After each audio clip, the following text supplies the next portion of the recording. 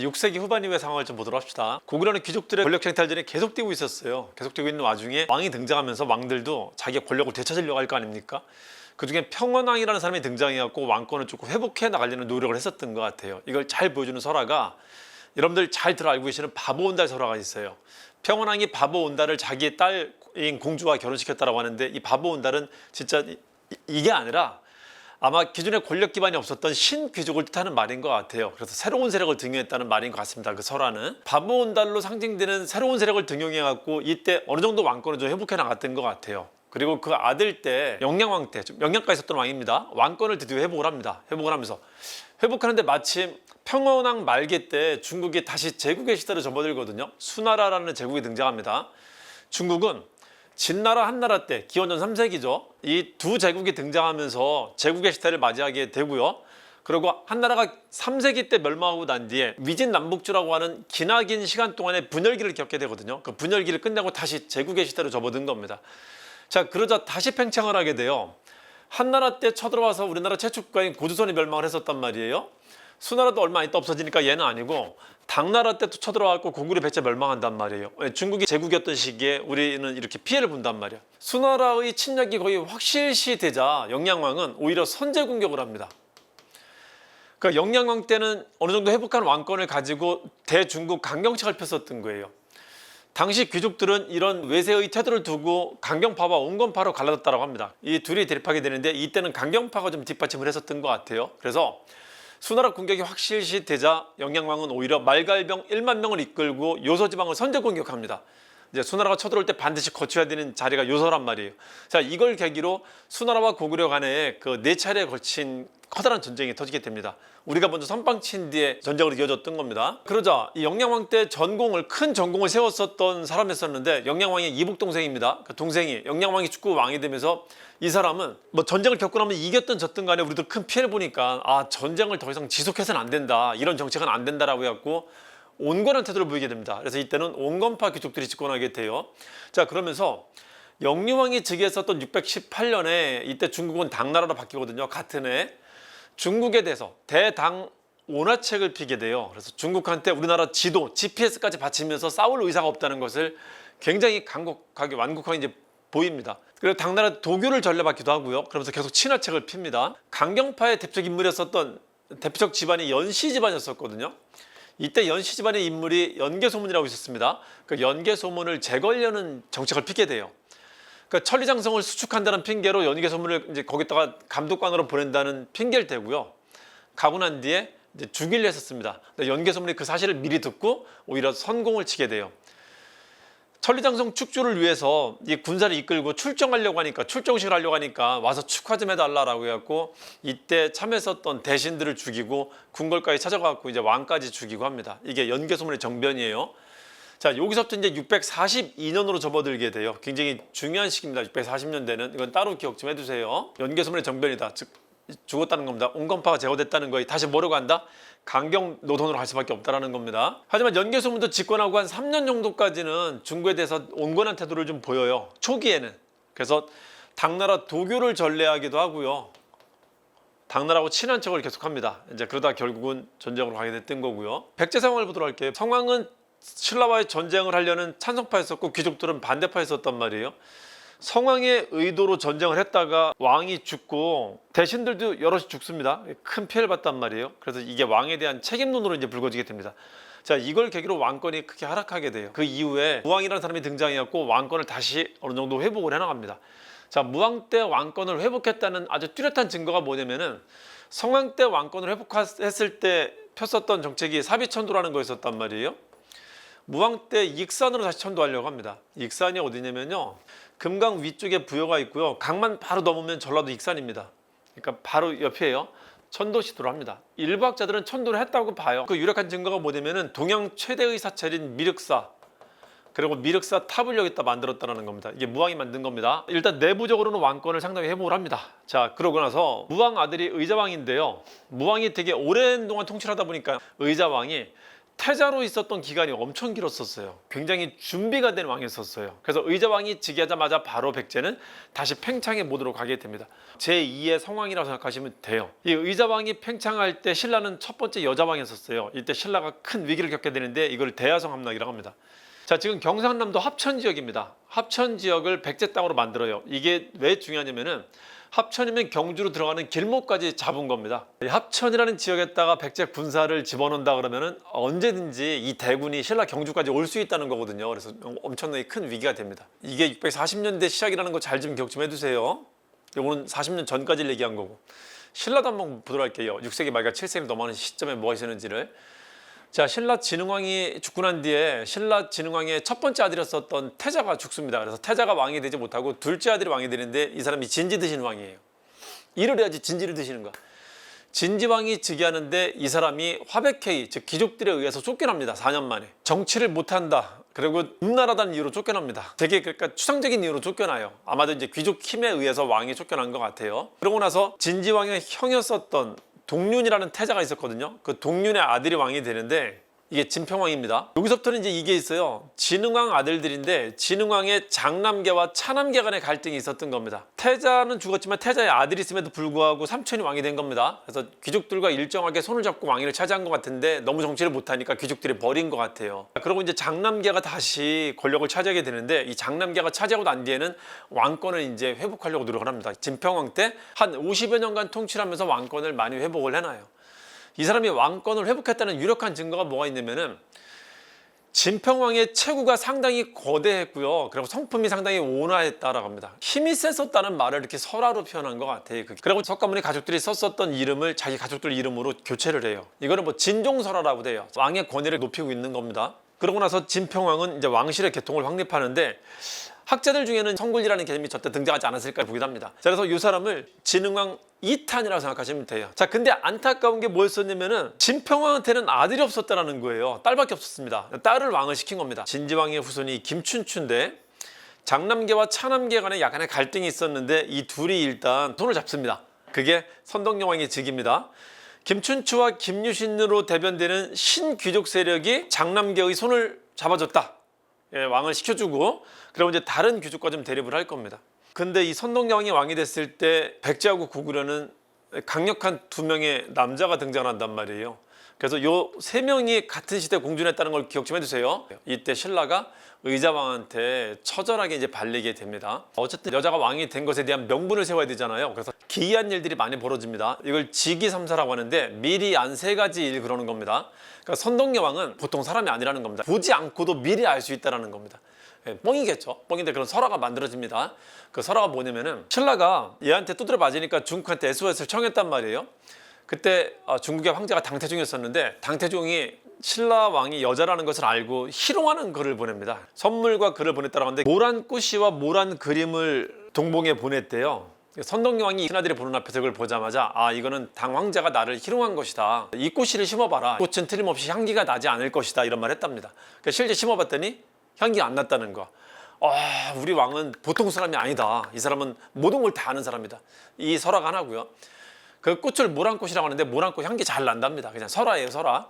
두 번째가 이제 옥문지 설화가 있는데 선덕여왕이 만든 절 중에 영묘사라는 게 있어요. 영은 영혼이라는 거고 묘는 사당이라는 건데 영혼돌의 사당이라는 겁니다. 우리 지금 말하면 이제 현충원 같은 걸 만든 것 같아요.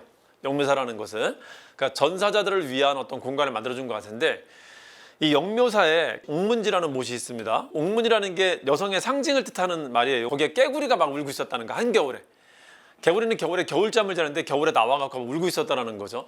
이걸 보더니 선덕여왕이 힌트를 뒀다는 겁니다. 개구리는 병사를 뜻하는 건데 어딘가 병사가 있다라는 거예요. 그걸 이 사람이 찾아내요. 경주 바깥의 교외 지역에 가면은 여근곡이라는 계곡이 있다는 겁니다. 여근이라는 게 여성의 상징을 뜻하는 말이거든요. 여기에 병사, 백제 병사가 매복해 있을 것이니까 가봐라 했다는 겁니다. 장수가 처음에 듣고 이게 도대체 뭐 하는 소린가 너무 황당해갖고 전쟁하는 사람들은 죽고 죽이는 문제를 직접 눈으로 봐오는 사람들이기 때문에 되게 현실적일 거란 말이에요. 무슨 말도 안 되는 미신 같은 얘기라니까는 처음에는 막 쭈삣쭈삣했답니다. 근데 이제 왕의 말이라니까 어쩔 수 없이 갔대요. 갔더니 세상에 백제 병사가 매복해 있다는 겁니다. 그래서 전멸시켰답니다. 그러고 나서 군대까지도 와, 우리 여왕 진짜 최고야. 모르는 게 없는 사람이야. 했다는 겁니다. 이런 설화가 이제 퍼져나가게 하면서 사람들이 이 여왕의 권위를 높여주는, 신성성을 높여주는 역할을 하는 겁니다. 자, 마지막 하나는 이제 자기 죽을 자리를 알았다는 거예요. 그래갖고 이 세 가지, 선동여왕은 보기도 전에 미리 아는 사람이다 했다는 겁니다. 자, 그리고 선동여왕의 권위를 높이기 위해서 되게 유명한 세 개의 건축물을 만드는데요, 합치면 삼삼이라고 합니다. 아주 삼삼해요. 자, 그 하나가 뭐냐면은 황룡사 구축 목탑이고요. 자, 이것만 만들면은 주변 국가들이 자장자장해질 것이야 라고 자장 스님이 건의를 해줬다는 겁니다. 이 자장 스님은 중국의 신선한테 가서 물어본 것 같아요. 그랬더니 그 신선이 그랬다는 겁니다. 야, 니네는 막 여자가 통치하니까 주변국 애들이 우습게 알고 막 쳐들어오는 거야. 이 탑만 만들어봐. 그러면은 자장자장해질 것이야 했다는 겁니다. 자, 또 하나가 분황사인데요. 분황사는 이 당태종이 희롱했던 걸 반박하는 겁니다. 야, 여자가 정치하면 여자는 매력이 없어. 여자가 정치하니까 향기가 없어라는 걸 반박한다고. 아니야 임마, 나 향기 있어 임마 하면서 만든 거예요. 온 향기가 만방에 퍼진다는 뜻으로 만든 절이 분황사예요. 분황사와 더불어 분황사 모전 석탑이라는 탑을 만듭니다. 그래서 그 탑은 남아 있습니다.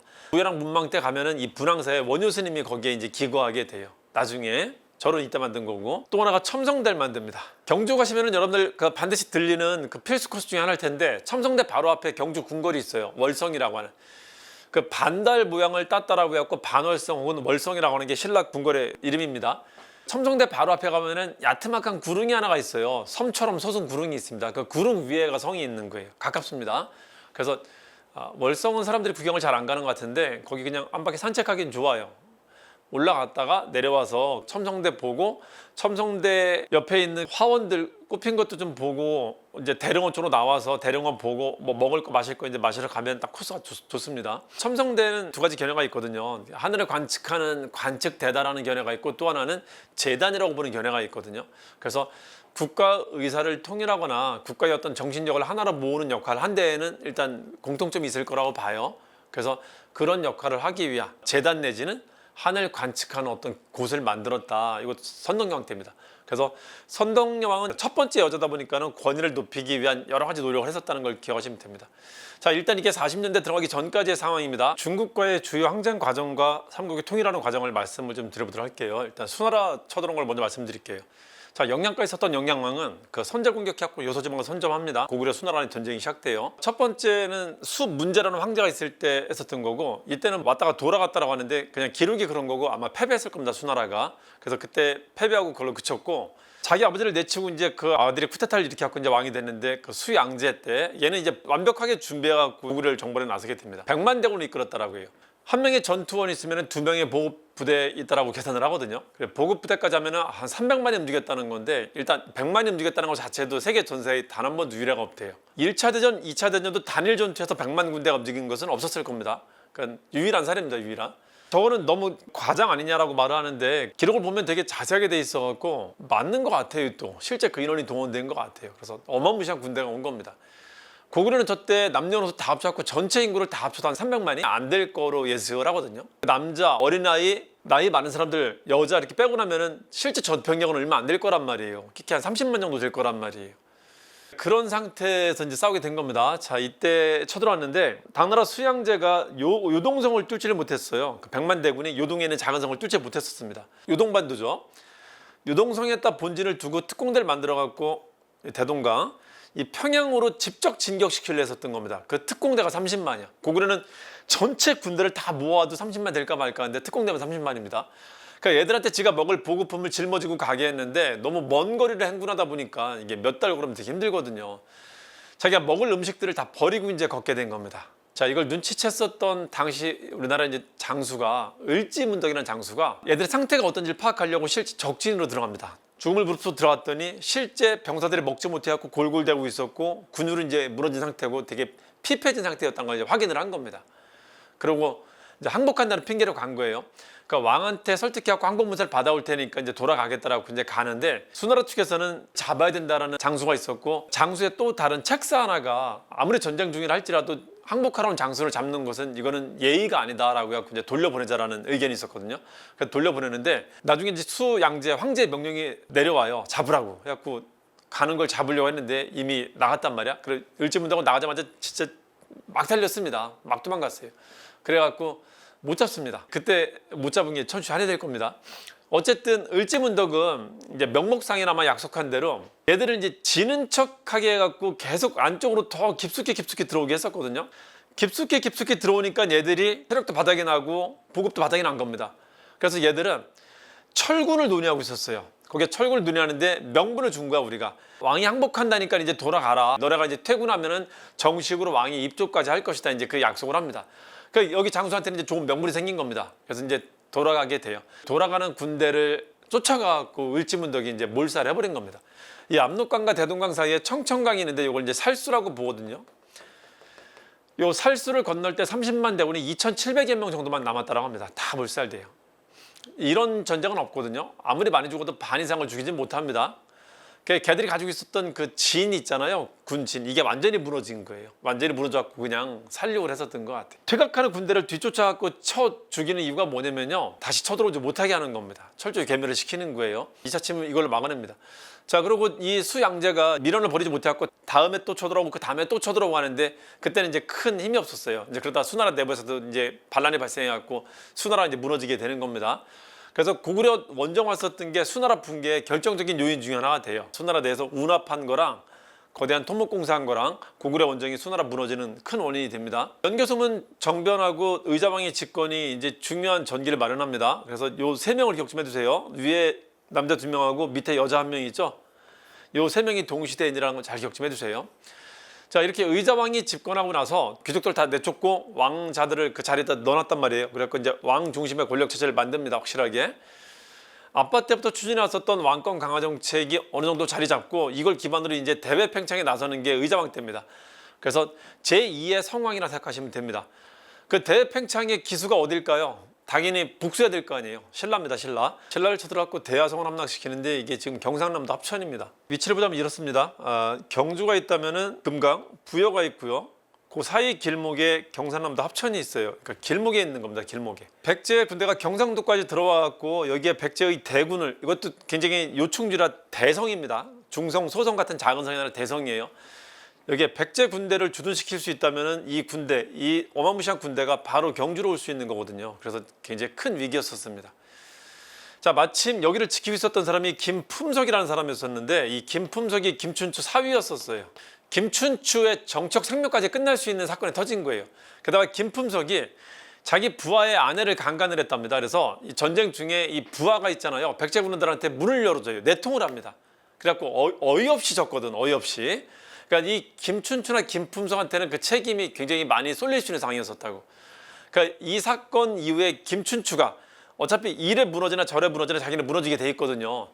이 사람이 목숨 내걸고 했었던 정책이 뭐였었냐면요, 이제 목숨 걸고 군대를 요청하는 외교에 나서게 돼요. 굉장히 중요한 사건입니다.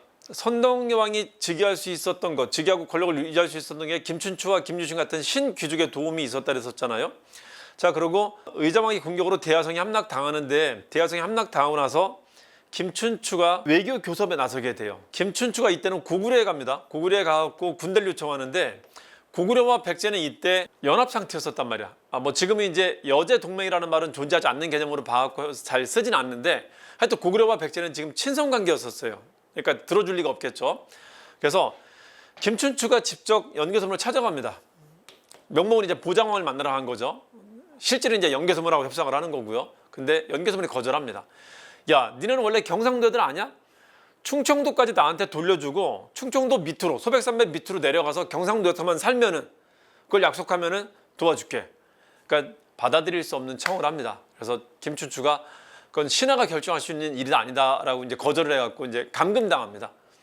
감금당했다가 나중에 탈출합니다. 연개소문이 마음 먹고 풀어준 것 같아요, 보면은. 왜냐면 올라가기 전에 김유신하고 약속하고 갔거든. 내가 며칠 이내에 내려오지 않으면 김유신한테 당신의 군대 끌고 올라와갖고 변방이라도 공격하든 아니면 이 시위를 하라고 했었거든요. 근데 실제 김유신의 군대가 움직이고 있었어요. 야, 연개소문은 중국하고 지금 갈등하는 상황인데 밑에까지 전선을 확대할 수가 없었거든요. 그래갖고 아마 풀어준 것 같아요. 그래서 그건 실패로 끝납니다. 자, 그렇다고 가만히 있으면 안 되잖아요. 해결해야 되잖아. 지금 백제는 위험한 상황인데. 그래서 선덕여왕은 김춘추하고 별개로 있죠, 당나라에다 SOS를 계속 칩니다. 이때 한쪽은 고구려 갔죠, 한쪽은 당나라에다 SOS를 치는데, 이게 당나라 입장을 한번 볼게요. 당나라는 당태종이 즉위하고 난 뒤에 지 형제를 지 손으로 직접 죽이고 나서 지가 왕이 되고 난 뒤에 자기는 왕이 될 지위가 아니었었거든. 그래서 친형 죽이고 나서 자기가 왕이 됩니다. 왕이 되고 난 뒤에 이 사람은 이제 철저하게 자기의 왕의 권한을 잡아나가야 되는 상황에 있었단 말이에요. 왕의 권한을 회복하거나 왕권을 키우는데 전쟁만큼 좋은 게 없단 말이에요. 국력을 하나로 이렇게 모으는 데는 제일 좋습니다. 그리고 당태종이 전쟁의 신이라고 불렸었어요. 워낙 싸움을 잘했기 때문에. 백전백승이랍니다. 진 데가 없대. 근데 중국에 유일하게 먹지 못한 나라가 주변에 지금 고구려밖에 없단 말이야. 굴복하지 않은 나라가. 그래서 이 고구려는 지금 이제 해결하지 못한 과제이기도 했었고요. 그리고 당태종이 집권하고 난 뒤에 이 상황을 해소하는 좋은 수단이 되기도 했었고, 그러니까 당태종이 언제 고구려를 쳐들어갈까 명분만 보고 있었는데 좋은 명분이 생긴 겁니다. 당나라는 지금 당태종이 있어요. 자, 그 명분 중에 하나가 신하가 왕을 죽였다는 거. 연개소문 콧방귀 당깁니다. 흥? 이게 뭐하는 새끼? 이랬단 말이에요. 왜냐면 아니 지는 지 형제를 죽인 놈이 나한테 누굴 죽였다고 말할 지가 적이나 돼 하면서 콧방귀 남겼는데 그거 관계없잖아. 내가 명분이라고 내세우면 되는 거잖아요. 그냥 왕을 죽인 이 신하를 내가 혼내주겠다, 이 질서를 내가 잡아주겠다라는 핑계를 대고요. 거기다 신라까지 지금 SOS를 치고 있단 말이에요. 얼마나 좋아. 핑계거리가 두 군데나 생겼으니까. 그래서 연개소문의 쿠데타와 의자왕의 대야사 함락이 42년인데 이 642년의 이 계기가 불씨가 돼갖고 당태종이 쳐들어오게 됩니다. 이게 이제 당태종의 침입이에요. 근데 저때 저걸 또 막아냅니다. 고구려가. 수나라 쳐들어올 때는 요동성을 뚫지 못했는데 요동성을 뚫었습니다. 요동성까지는 뚫었는데 안시성이라는 또 더 작은 성에서 막히게 돼요. 여기를 결국 뚫지 못하고 당태종도 물러서게 됩니다. 신하들 중에는 이걸 두고 그냥 평양으로 직접 가자라는 신하가 있었어요. 중앙에서 연개소문이 당나라가 쳐들어오니까는 당나라를 치라고 15만이나 되는 대군을 보냈단 말이에요. 근데 이 대군의 최종적인 지휘 결정권은 그 젊은 고씨 귀족한테 있었어요. 얘는 자기가 이제 군사가 많다는 걸 자신감을 가지고 이 당태종의 군대와 평원에서 붙은 겁니다. 게릴라 전술을 핀 게 아니라. 그러니까 원정군 군대들은 오래 시간을 끌면서 지치게 만드는 게 유리한 전술인데 한번 힘 대 힘으로 붙어보겠다 한 겁니다. 자, 그러자 당태종이 오이 너 잘 싸워, 잘해, 오우 잘 싸운다 하면서 얘를 계속 안쪽으로 깊숙하게 들어오게 이제 패전하는 척하면서 깊숙하게 들어오게 한 겁니다. 자, 그렇게 들어오게 한 뒤에 얘를 이제 포위해 갖고 제거해 버립니다. 물론 이때 다 죽이진 않지만 결국 저 장수를 잡아요. 이때 잡았던 장수도 당태종한테 건의를 해요. 그냥 직접 가는 게 낫다 건의를 합니다. 근데 워낙 그 수나라 때 트라우마가 컸기 때문에 이리로 직진했다가 또 보급품이 단절되는 사태가 발생하면 큰 문제가 발생할 수 있다는 것 때문에 이제 하나하나 깨고 관리했었던 건데 결국 이걸 못 깬 거예요. 안시성은. 못 깨고 시간이 너무 오래 지나니까 결국 이제 리턴을 하게 됐던 겁니다. 이게 당태종의 침공이었었어요. 자, 언제? 645년입니다. 이게 신라 얘기를 좀만 더 보도록 할게요. 연개소문의 정병과 대야성함락 이 두 개의 핑계로 645년에 당태종이 쳐들어왔다. 근데 중국까지 졌단 말이에요. 큰일 났어. 이제 신라는 여자 왕인데다가 내부 귀족들의 반발이 엄청 심했단 말이에요. 그래서 여자는 좋은 왕이 될 수 없다는 명분으로 반란이 벌어지게 됩니다. 그게 누구냐면은 신라 비주얼 담당 비담의 난이라고 합니다. 이 비담의 난 와중에 그 선덕여왕은 자연사를 합니다. 근데 이 비담의 난을 김춘추와 김유신이 진압을 해요. 신라 왕실이 월성이고요. 그리고 제들은 명활산성이라고 하는 산성에 주둔해 갖고 싸우고 있는 거였었거든요. 근데 월성 쪽으로 해성이 뚝 떨어졌어요. 해성은 위대한 자를 뜻하는데 위대한 자가 그쪽으로 떨어졌으니까 결국은 질 거다라는 생각이 들었었단 말이에요. 병사들의 사기가 이제 되게 안 좋아졌단 말이야. 이때 김유신이 커다란 연에다가 커다란 허수아비를 달아갖고 불 붙여갖고 그걸 다시 띄어 올렸답니다. 그러면서 해성이 떠올랐다 이런 소리를 내게 했다라고 해요. 이걸 이제 병사들의 사기를 다시 올려갖고 결국은 이겼다라고 합니다. 이제 거기에 나오는 설화예요. 자, 결국 김춘추와 김유신이 비담의 난을 진압하고 이 선덕여왕의 유언대로 진덕여왕을 즉위시키는데 이때 실세는 이제 김춘추와 김유신입니다. 이렇게 진덕여왕이 즉위하고 김춘추와 김유신이 권력을 잡자마자 김춘추가 명운을 걸고 이제 다시 대외 교섭에 나서게 됩니다. 이걸 계기로 나당연합을 성공시키게 돼요. 이게 640년대에 있었던 가장 중요한 사건 세 가지입니다. 이 인과관계 잘 좀 기억 좀 해두세요. 워낙 잘 나오니까. 나당연합을 성공시켰어요. 어떻게 했냐면은 이거는 어렵지 않아요. 춘추가 태종을 만났다. 김춘추와 태종이 한 장면에 등장한다면 무조건 648년입니다. 김춘추가 처음 당나라 간 거예요. 당태종을 만나갖고 군대를 요청합니다. 대왕께서 군대를 보내주시면 우리가 후방에서 보급을 해줄 것이다. 그러면 대왕이 전쟁을 하는데 어렵지 않을 거 아니냐. 당태종이 제일 걱정하는 게 그 먼 데까지 원정하는, 고구려까지 원정하면은 우리나라 또 산악지형이라 가는 길도 힘들고 보급이 단절될 가능성이 아주 큰 아주 험한 지형이었었단 말이에요. 그래갖고 보급이 제일 걱정되는 건데 신라가 먹을 건 얼마든지 쏴줄게요 하니까 야 이거 봐. 안 그래도 해결 못한 과제인데 저거는. 그리고 한 번 더 갈 생각이 있었는데 당태종은 알아서 지가 도와준다고 하니까는 얼마나 좋은 거예요 이게. 그래서 오케이 해줬어요. 그러니까 648년에 신라와 당나라가 공동으로 고구려를 공격하기로 약속을 합니다. 이게 나당연합이에요. 즉 당나라가 군대를 보내준다. 김춘추의 요청에 의해서 당나라가 군대를 보내준다. 다 그냥 그 말이에요. 다 648년이라는 뜻입니다. 그래서 2차 침공이 예정돼 있었어요. 근데 다행히 649년에 당태종이 뒤집니다. 당태종의 2차 침공은 이루어지지 않아요. 당태종이 직접 가는 거는, 당태종이 645년에 침략하고 난 뒤에 그 소규모의 그 소모전은 계속 일으켜요. 조금씩 군대를 보내갖고 계속 괴롭히긴 했었거든요. 그거 말고 당태종이 두 번 잘렸었던 건 이루지 못합니다. 그래서 이때 나당연합을 하기로 둘이 함께 공격하기로 약속을 했지만은 잠잠해요. 이제 별일 없습니다. 잠잠합니다. 640년대에 있었던 일이에요. 이것들이 42, 45, 48 세 가지 꼭 기억 좀 해두세요. 잠잠하다가 654년에 무열왕이 등장합니다. 여자 왕이 끝나고 남자 왕, 씩씩한 남자 왕이 등장하는데 무열왕도 되게 등치가 컸다라고 해요. 하루에 꿩하고 닭을 몇 마리씩 먹었다고 합니다. 신체가 장대했다라는 표현을 쓰는 이유가 뭐냐면요, 왕이 어떤 힘이나 권위가 있었다는 것을 비유해서 표현하는 걸 겁니다. 실제 그럴 수도 있고 이렇게 비유한 표현이 들어간 것일 수 있단 말이에요. 그래서 무열왕도 왕권을 되게 잘 만든 사람이에요. 왕 중심의 지배체를 구축하면서 대외로 팽창할 수 있는 여지도 만들어놨단 말이에요. 이렇게 무열왕이 즉위하면서 다시 중국과 신라와의 연합작전이 다시 물꼬를 트기 시작을 하게 됩니다. 중국도 이제 내부적으로 혼란했었던 상황들이 조금씩 정비가 돼가고 있었고요. 그래서 그게 무열왕 즉위하고 난 뒤에 다시 논의가 돼갖고 언제 시행이 되냐면은 660년에 시행이 되게 돼요. 그래서 648년에 세 가지 있었죠. 42, 45, 48 그러다가 한참 뚜뚜뚜뚜뚜 하다가 60년에 다시 시작됐다. 그래서 7세기는 10년대, 40년대, 60년대 이 세 가지를 잘 기억하셔야 됩니다. 아시겠죠? 인과관계 좀 잘 기억해주세요. 660년에 쳐들어오게 되는데요. 이때는 당태종이 아니라 당고종 시기예요. 약속을 합니다. 경주죠. 부여란 말이에요. 요란 작전을 피기 위해서 처음부터 백제로 쳐들어간다는 거를 얘들이 알게 되면은 백제도 합의를 지키는 요충지가 있는데 거기 길목을 딱 틀어막을 거라는 거지. 그거를 의심하지 않게 하려고 신라는 군대를 이위 쪽으로 이천 쪽으로 이렇게 올려보냅니다. 당나라 군대는 어디로 오냐면 인천 쪽으로 와요. 금강 항구 쪽으로 오는 게 아니라 인천 쪽으로 옵니다. 이 백제 군대는 처음에는 당나라 군대가 오는 걸 알았지만 이 군대가 고구려를 치러 가는 줄 알았어요. 둘 다. 그래갖고 이 내부에서 의견이 통일될 기회를 주질 않았었어요. 귀족들은 의자왕이 왕권을 독점하고 있으니까 귀족들은 왕한테 지금 불만 있는 상태입니다. 내부적으로는 귀족권과 왕권 간의 알력 다툼이 벌어지는 상황이었어요.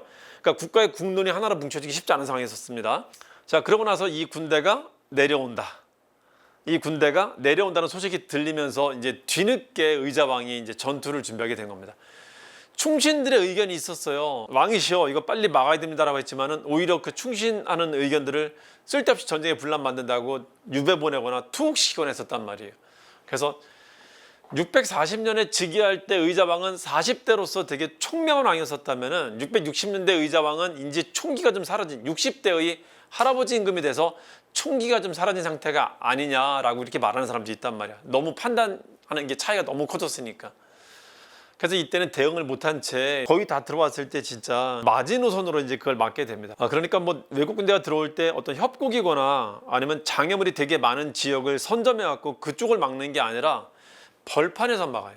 계백을 보내서 논산의 황산벌이라는 곳에서 벌판에다가 목책으로 성을 대충 만들게 해갖고 여기 이제 방어하게 합니다. 그래서 5만의 신라군대, 당나라 쌀 배급해주러 온 5만의 신라군대와 백제 계백의 5천 결사대가 맞붙게 됩니다. 계백이 결사대를 보낼 때 자기 처자식 죽이고 나간 거 아시죠? 이거는 사기의 문제거든요. 병력수가 적기 때문에 이 병사들은 쫄 거란 말이에요. 자기들이 질 거란 생각을 가질 거란 말이에요. 이제 도망갈 생각을 할 거란 말이지. 이런 상태에서는 전술이라는 걸 쓸 수가 없을 거예요. 그래서 이제 그런 무모한 짓을 한 겁니다. 자기 처자식을 죽이고 나왔다는 것은 나는 돌아갈 생각이 없다라는 거예요. 그러니까 어차피 나는 싸우다 죽을 거다. 그걸 부하들한테 보여주는 겁니다. 그래서 부하들이 기운을 모을 수 있었던 거예요. 그래서 이 5천의 군대를 5만의 군대를 한동안 막아냅니다. 한동안 막아냈는데 김유신은 거기에 이와 비슷한 수를 또 씁니다. 네가 그런 식으로 애들의 마음을 움직였단 말이지 나도 그럼 우리 애들의 마음을 움직일 거야 하면서 중학생 나이밖에 안 되는 화랑들 있잖아요. 화랑은 중학생 깨켜봐야 고등학생 나이밖에 안 되는 애들입니다. 화랑들을 보내갖고 거의 자진하게 만듭니다. 그러니까 화랑들 한 명씩 적진으로 보내갖고 혼자 싸우게 해요. 그래갖고 죽고 돌아오게 합니다. 이게 이제 걔들의 그 열기를 끌어올리는 심리전이에요. 그러니까 양쪽 심리전이 다 사용이 된 거예요. 이쪽은 처자식 죽이고 나오고 이쪽은 화랑, 관창, 반굴 같은 화랑을 보내갖고 거의 자결에 가깝게 죽여갖고 돌아오게 하는 수를 써갖고 심리전 대 심리전이라고 이제 결국 신라가 이기합니다. 황산벌을 뚫고 결국은 사비성으로 오게 됩니다. 금과 하구에 이제 그 정박해 있다가 얘들도 사비성으로 들어오고요. 그래서 사비성으로 들어오는데 의자왕은 잠깐이지만 탈출합니다. 탈출해갖고 웅진성으로 가요. 웅진성으로 갔는데 나중에 알려진 거예요. 중국에서 예식진 묘비명이라고 하는 비명이 발견되는데 예식진이 웅진 성주였었어요. 요놈의 새끼가 왕을 갖다 바칩니다. 잡아다가 바쳐요. 그래서 이쪽으로 도망갔었던 이유는 뭐냐면요. 그 당시 고대국가 때 전쟁의 특징은 수도만 함락한단 말이에요. 지방은 군대가 그대로 남아있는 겁니다. 그러니까 시간만 벌면은 원정군들이 불리하게 돼 있어요. 시간만 벌면은. 그러니까 얘들이 쳐들어왔을 때, 불시에 쳐들어왔을 때 군대를 다 모아놓은 상태가 아니기 때문에 당장 수도를 뺏길 수는 있지만 모아서 다시 해볼 수는 있단 말이에요. 그래서 웅진성으로 왔던 건데 웅진성주가 자기가 이제 불리하다 싶으니까 잡아다 왕을 이제 바친 겁니다. 그래서 결국은 사비를 끌려왔다가 사비에서 항복례를 합니다. 신라하고 백제 간에는 묘한 원한 관계가 있는데 성왕과 진흥왕이 연합해갖고 싸울 때 성왕을 죽이고 성왕의 목을 잘라다가 신라 궁궐 터였다가 묻어놨다 그랬잖아요. 사람들 받고 다니라고. 이거 복수한다는 게 성왕 2탄 의자왕 때, 여기는 이제 여자 선덕여왕 때 대야성을 함락해갖고 대야성 성주였었던 김품석가 김춘추의 딸이었었던 고타소랑을 목을 베다가 이번에는 이제 백제로 가져가고 백제에다 이제 묻어둡니다. 거기다가 김유신이 김춘추하고 완전히 이제 손을 잡았었단 말이에요. 그리고 가약의 김씨는 신라에서는 완전히 아싸기 때문에 아웃사이더이기 때문에 얘들은 성장할 수가 없단 말이에요. 확실한 끈 하나를 잡고 여기다 이제 몰빵을 한 것 같아요. 김유신은 그게 김춘추였습니다. 김춘추도 반개 왕족으로서 왕이 될 가능성이 아예 없어지는 이제 아싸가 돼버렸는데 진평왕이 아싸가 돼버렸는데 무력을 가진 이 집단 그것도 위험이 되지도 않아. 이 가야 김씨가 왕이 될 일은 없을 테니까 위협이 되지 않으면서 강력한 무력을 가진 이 가야 김씨가 되게 탐나는 존재였었나 봐요. 그래서 두 집안이 결혼하게 되면서 이 둘은 아주 끈끈했었단 말이에요. 대야성을 뺏겼다가 나중에 김유신이 다시 대야성을 되찾거든요. 되찾을 때 백제의 장수들을 몇 명을 잡는데 장수 몇 명하고 해고라고 교환할 의사가 있냐라고 해갖고 다시 받아다가 김춘추 갖다 주기도 하고 그럽니다. 이런 원한 관계가 있었단 말이에요. 이때 들어와갖고 무열왕 아들이 문왕이죠. 아들은 아직 태자입니다. 의자왕이 와서 이제 항복식을 하는데 소정방한테 당나라 장수한테 술을 따라주고 하는데 이때 그 태자가 의자왕 얼굴에다 침을 뱉었대요. 퇴 하고 뱉었답니다. 내 누이의 원수를 지금에 와서 갚는다고 하면서 내 여태까지 잠을 못 이뤘다고 했다며 그것 때문에 잠을 못 이뤘다면서 욕을 합니다. 지들은 이런 거 생각도 안 하고 그 얘기를 거기서 합니다. 의자왕은 아예 치욕을 당하고 결국은 당나라로 이제 끌려갑니다. 자, 이게 백제 멸망 과정입니다. 자, 이렇게 수도가 함락되고 의자왕은 끌려갔지만 아직 지방은 남아있단 말이에요. 그 지방에서 군대들이 봉기해갖고 백제 부흥운동을 벌이는데 660년부터 3년까지 한 3, 4년 가요. 이때 등장했던 인물을 좀 격 좀 해주세요. 흑도복이라고 해요. 복신, 도침, 흑치상지, 그리고 부여풍을 왕으로 세웠다. 흑도복풍 하면 됩니다. 흑도복을 입고 싸운 사람들이다. 흑도복. 일본에서 원군을 보내요. 부여풍이 일본에 있다가 돌아온 사람이었었는데 이 사람이 부탁을 해갖고 일본에서 엄청난 대군을 보냅니다. 금강 하구로 와서 싸우게 되는데 이 금강 하구에서 당나라 군대한테 제대로 싸우지도 못하고 완전 전멸합니다. 당나라는 무수한 전쟁을 겪은 전쟁 경험이 많은 베테랑들이었었다면 일본은 대외 원정이라는 게 아예 없었기 때문에 내부에서만 싸웠었기 때문에 전쟁 기술이 되게 아주 옛날 수준이었었어요. 간단한 수 몇 개만 써갖고 일본 군대를 그냥 전멸을 시켰어요. 제대로 싸우지도 못한 채로. 수적으로 우위에 있었음에도 불구하고 그냥 단순하게 망합니다. 이 지원군까지 멸망하면서 백제 부흥운동은 더 이상 재기불능 상태가 되게 됩니다. 그래서 그걸로 끝이 났다라고 해요. 백강전투로. 이 백강전투 뜻이 뭐라고요? 백제 부흥운동까지 끝났다라고 하시면 됩니다. 근데 여기서 특이한 점이 일본이 저 때 왜 저렇게 많은 군대를 보냈을까라는 것인데요. 이거에 대한 해석은 명확한 답이 없어요. 여기서 왜 보냈는지를 이해할 수 있다면 이게 일본과 백제 간의 관계를 이해하는 데 굉장히 큰 도움이 될 겁니다. 근데 그걸 추정해 볼 수 있을 만한 단서들이 많지는 않아요. 굉장히 특이한 사례입니다. 그러니까 우리가 생각하는 것 이상으로 둘이 되게 밀접했다는 건데 이 밀접한 관계가 어떤 관계인지를 해석할 수 있는 여지가 그렇게 넉넉하지는 않다고요. 하여튼 되게 특이한 일이 벌어진 겁니다. 일본으로서도 국력을 동원해갖고 이제 보낸 거기 때문에 왜 저렇게까지 많은 군대를 보냈을까라는 일단 의문점은 남긴 채 이야기가 끝납니다. 당나라에서 백제를 공격하면서 소규모긴 하지만 고구려도 계속 공격을 하고 있었습니다. 어차피 둘이 나당연합한 게 신라는 백제를 가지기로 하고 당나라는 고구려를 가지기로 약속했던 거였었거든요. 둘이 나눠 갖기로. 그러니까 이 전쟁은 목표가 백제가 아니에요. 중국 입장에서는 여기가 목표지. 그래서 같이 양동작전을 피고 있었는데 주력은 당연히 여기였었지. 그러니까 이게 진압이 됐어요. 언제? 660년에. 그럼 다음 타선은 어디가 될까요? 이 병력을 다 모아서 이제 이쪽으로 간다는 겁니다. 근데 여기 뭐가 있었죠? 이른바 부흥운동이라고 하는 게 있었기 때문에 이게 조금 더 질질 끌게 됐던 겁니다. 그래서 요거까지 마무리 좀 하고 갈 거예요. 자, 근데 되게 웃기는 상황이 벌어졌어요. 뭐냐면은 백제를 멸망시켰을 때 신라는 됐다. 드디어 우리 땅이 이제 여기까지 넓어지는구나. 우리 거다. 됐다 했는데 개 뜬금없이 여기에 덩그러니 웅진 도독부라는 당나라 지방관청을 설치하더라는 겁니다. 660년에 멸망시키자마자 의자방 잡아가고 나서 왕문도라는 사람, 왕씨를 보내갖고 저게 웅진 도독으로 지방장관으로 삼아요. 이게 뭐야? 이상한 겁니다. 자, 그리고 이 부흥운동까지 거의 이제 마무리 돼갈 즈음에, 그러니까 거의 다 끝나갈 즈음에 진짜 개뜬금없이 여기는 계림이 신라의 별명이거든요.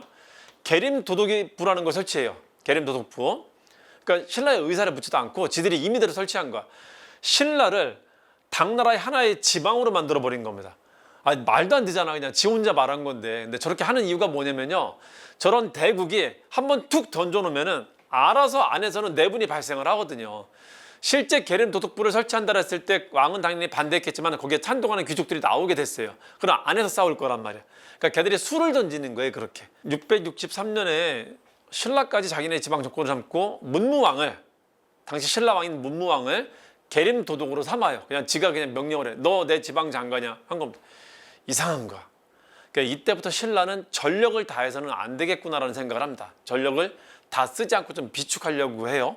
이제 눈치를 채기 시작을 하는 겁니다. 그 와중에 잘 막아내고 있었던 연개소문이 악마의 숫자 666대 죽습니다. 연개소문이 있을 때는 저걸 다 막아냈었단 말이에요. 근데 죽자마자 급속히 고구려가 와해가 되는데 왜 그러냐면은 연개소문이 가지고 있었던 권력이 정당한 권력이 아니기 때문에 이 권력을 가지고자 다툼이 발생하게 돼요. 어떤 합법적인 절차에 의해서 남들이 인정하는 권력을 가진 거였었다면은 자연스럽게 승계가 되고 남들이 인정하는 절차를, 인정하는 순서를 따랐을 텐데 그게 없는, 그 과정이 없는 권력이기 때문에 연개소문이 죽자마자, 그것도 어디서 발생하냐면은 자식들 간에서 권력을 차지하기 위한 내분이 발생합니다.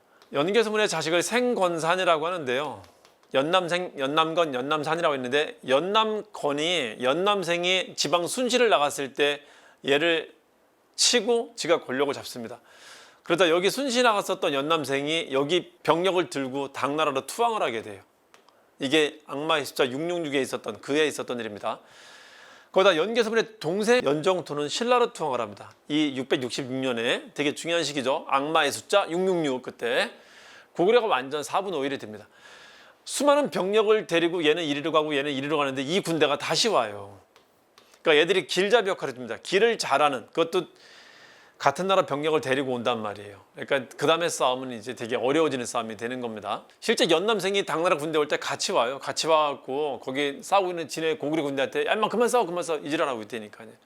그러니까 되게 어려운 상황이 되는 겁니다. 이 내분이 컸다. 정책 정당성이 없었던 권력이 무너지자 그때 발생한 내분이 상당히 크게 작용을 했다. 기어이 668년에 평양성이 함락당합니다. 그래서 요거를 잘 기억을 해주셔야 돼요. 660년 백제 멸망, 666 연개소문의 사망, 그리고 668 이때 고구려 멸망했다. 이거를 사비성 함락됐다, 웅진 도독부 설치했다라고 하는 거고요. 요거를 평양성이 함락되었다, 안동 도후부라고 합니다. 도독부보다 높은 게 도후부거든요. 그리고 안동이란 뜻이 이런 뜻이 있어요. 이게 간머리라고 해갖고 이 위에 간머리가 집이란 뜻입니다. 이건 여자라는 거고, 여자는 집에 둬야 편안하다라는 겁니다.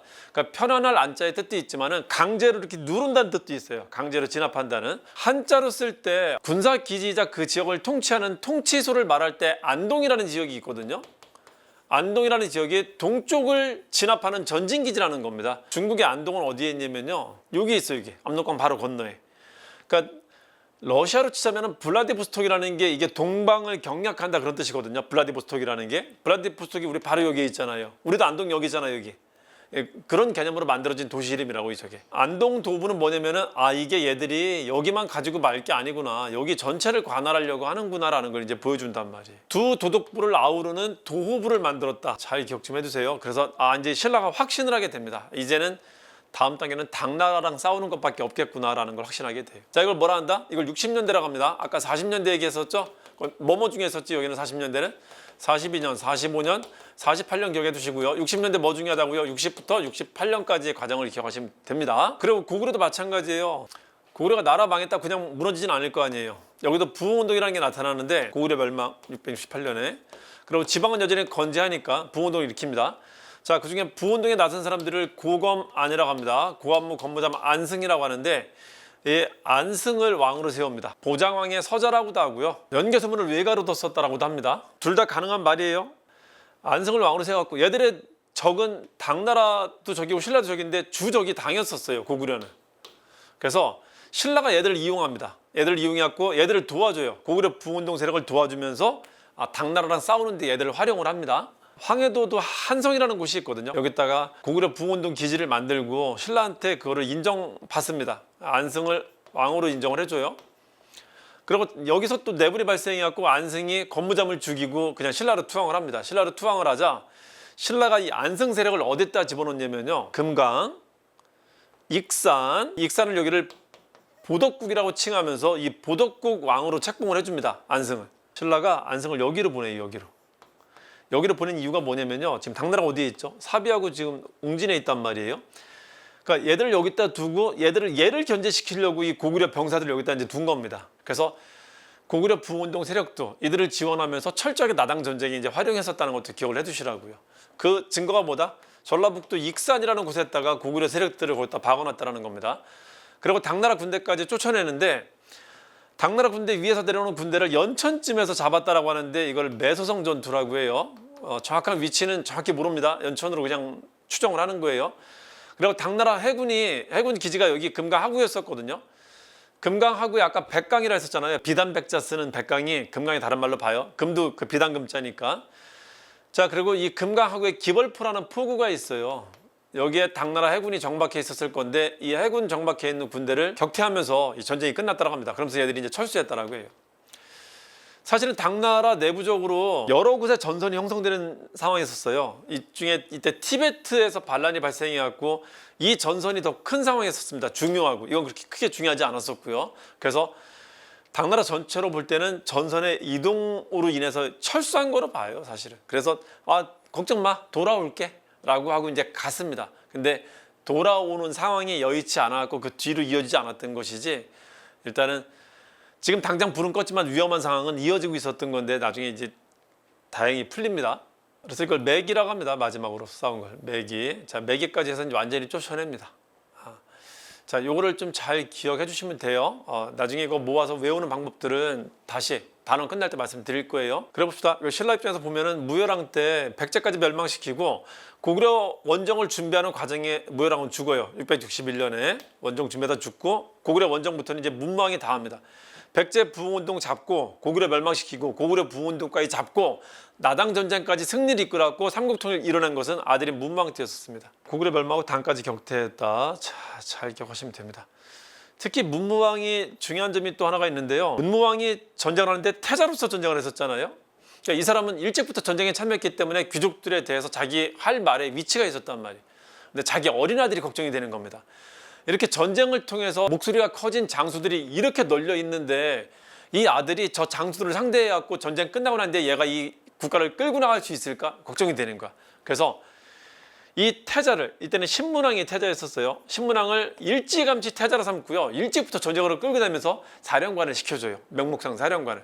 그러니까 일찍 경험을 시켜줍니다. 그리고 이 태자의 권위를 높여주기 위해서 전쟁에서 이기면 엄청난 물자가 들어오거든요. 물건도 들어오고 노동력이 들어오게 되는데 이 쌓이는 물건을 어디에다 일단 크게 사용을 하냐면은 여러분들 그 경주 가면 잘 놀러가는 야경이 아름다운 안압지 있죠. 안압지는 조선시대 때 만들어진 이름이고 여기는 월지라고 합니다. 월지. 그리고 월궁, 월성이라는 게 원래 궁궐이고요. 워낙 좁다 보니까는 옆에다가 그 궁궐을 쪼개서 다시 만든 게 있는데 이게 동쪽에 있는 궁궐이에요. 이 동궁이라고 하는데 이걸 태자궁으로 만들어준 거예요. 그 동궁 앞에 월지가 있습니다. 그 동궁과 월지를 만드는 게 이때 일이에요. 문무왕 때. 이게 누구를 위해서? 그 신문왕이 태자일 때 태자의 권위를 위해서 만들어준 거예요. 일찍부터 너 귀족들 얘한테 함부로 하지 마, 이 새끼야. 내도 저기 한가다 하는 애야.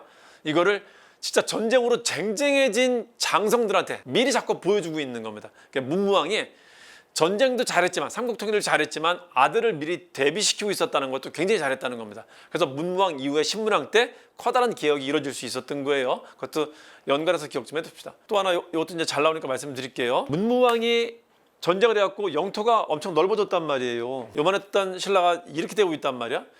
여기까지 영토가 넓어졌지만 여기는 사람들이 살고 있어요. 거기다가 기존에 북속된 주민들이란 말이야. 여기 지방관을 많이 파견해야 됩니다. 그래갖고 집적 통치를 해야 돼요. 지방관을 많이 파견하는데 이 지방관도 혹시 또 믿을 수가 없어요. 이 내부에 있는 귀족도 갈라져 갖고 다툼하고 있는데 여기 나가면은 딴 생각할지 어떻게 알아요. 그래서 얘들을 많이 보내면서 또 뭐도 하냐면은 얘들을 감시하는 사정관을 보냅니다. 이걸 바깥으로 보낸 사정관이라고 해갖고 외사정이라고 해요. 외사정을 보냅니다. 자, 또 하나 여기 있었던 세력들 있잖아요. 얘들이 언제 또 힘을 갖출 줄 모르니까 얘들을 인질로 잡아두기 위해서 자식들을 하나씩 서울로 보내라고 합니다. 명목은 서울로 보내서 서울에 관리시켜 주겠다는 건데 인질을 만드는 거예요, 이게. 그래서 이거를 상술이라고 합니다. 상이 서울이라는 뜻입니다. 서울을 수비하는 관리가 되줘라 라고 해서 부르는 건데 사실은 인질을 만들려고 하는 겁니다. 그래서 여기 있었던 세력도 잡고 여기를 나간 애들이 힘 키울까 봐 하는 것도 감시하고 하는 겁니다. 이걸 뭐라고 하냐면은 문무왕이 통일을 외상했다라고 하는 겁니다. 외상했다. 통일을 외상했다. 문무왕 때입니다. 외사정, 상술이. 신라 제도라는 걸로 되게 잘 나오죠. 그리고 가끔 문무왕이 했다는 걸로 아주 가끔 나오기도 합니다. 자, 여기까지 해서 일단 삼국 통일 과정까지 말씀을 드렸습니다.